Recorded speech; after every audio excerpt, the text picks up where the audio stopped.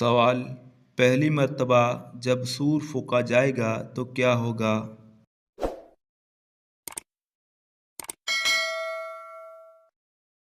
جواب: پہلی مرتبہ جب سور پھونکا جائے گا تو لوگ گھبرا جائیں گے۔ سوال: قرآن مجید میں کل کتنے ملائکہ کا نام موجود ہے؟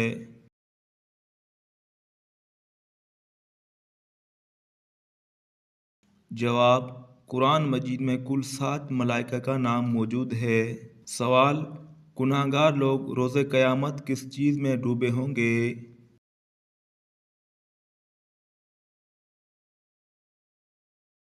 جواب: اپنے پسینے میں۔ سوال: گناہ سے بچنے کی کون سی 2 صورتیں ہیں؟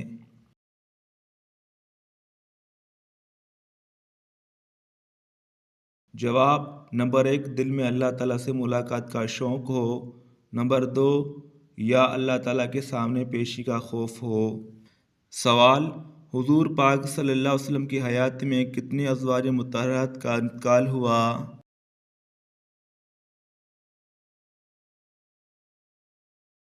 جواب: 2، حضرت خدیجہ الکبریٰ رضی اللہ عنہا اور حضرت زینب رضی اللہ عنہا بنت خزیمہ۔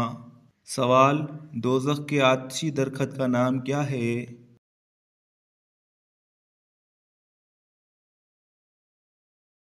جواب: دوزخ میں ایک آتشی درخت ہے اور اس درخت کا نام اللہ تعالیٰ نے قرآن مجید میں شجرۃ الزقوم فرمایا ہے۔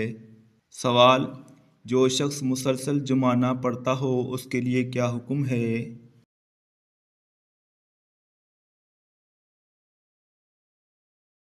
جواب: حدیث کے مطابق جس نے 3 جمعے جان بوجھ کر چھوڑ دیا اس نے کفر کیا۔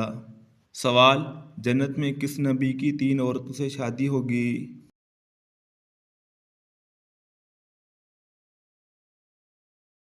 جواب: حضرت محمد صلی اللہ علیہ وسلم کی جنت میں 3 عورتوں سے شادی ہوگی۔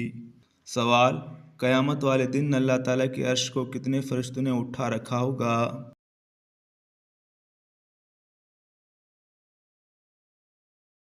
جواب: 8 فرشتوں نے۔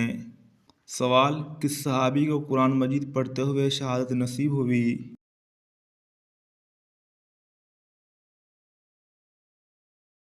جواب: حضرت عثمان غنی رضی اللہ تعالی عنہ کو۔ سوال: کس سورت کی ہر آیت دال پر ختم ہوتی ہے؟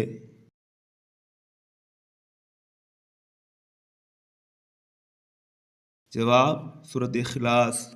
سوال: کیا آپ جانتے ہیں کہ وہ کون سی عبادت ہے جو ہر مسلمان کی قبول ہوتی ہے؟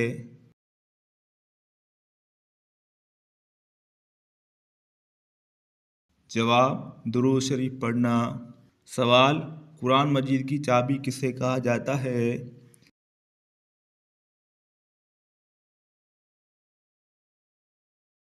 جواب: بسم اللہ کو۔ سوال: وہ کون سی بے جان چیز ہے جس نے خانہ کعبہ کا طواف کیا؟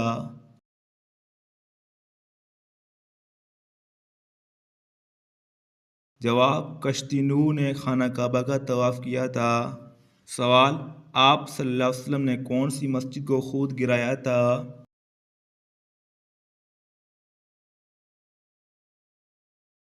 جواب: مسجد ضرار۔ سوال: قیامت کے دن کن لوگوں کو اندھا اٹھایا جائے گا؟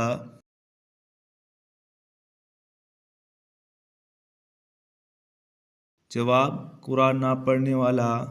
سوال: وہ کون ہے جو بروز قیامت سب سے زیادہ بھوکا رہے گا؟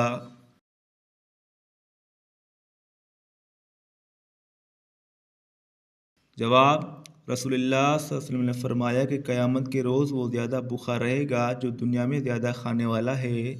سوال: نماز میں چھینک آنا کس چیز کی علامت یا نشانی ہے؟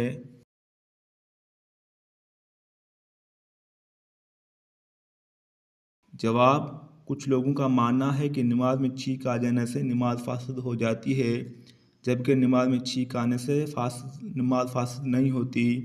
نیز جس شخص کو نماز میں چھینک آئے اسے نماز کی حالت میں الحمدللہ نہیں کہنا چاہیے، تاہم چھینکنے والے شخص نے نماز کی حالت میں چھینک آنے پر الحمدللہ کہہ دیا تو اس سے بھی نماز فاسد نہیں ہوتی۔